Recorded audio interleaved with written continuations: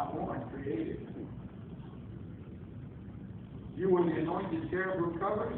I established you. You were on the holy mountain of God. You walked back and forth in the midst of the fiery stone. Folks, this is the devil. This is the devil.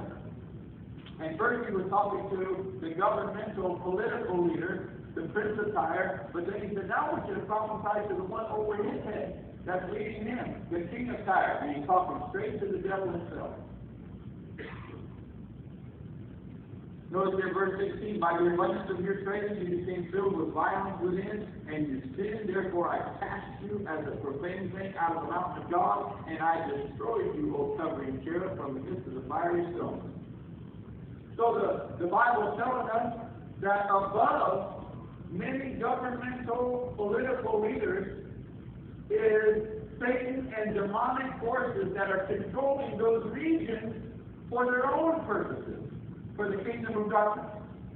And we have to understand that we're dealing with spirits, wicked spirits. Listen to what Paul said in Ephesians 6:12. For we do not wrestle against flesh and blood, but against principalities, against powers, against the rulers of the darkness of this age, and against spiritual hosts of wickedness in the heavenly places.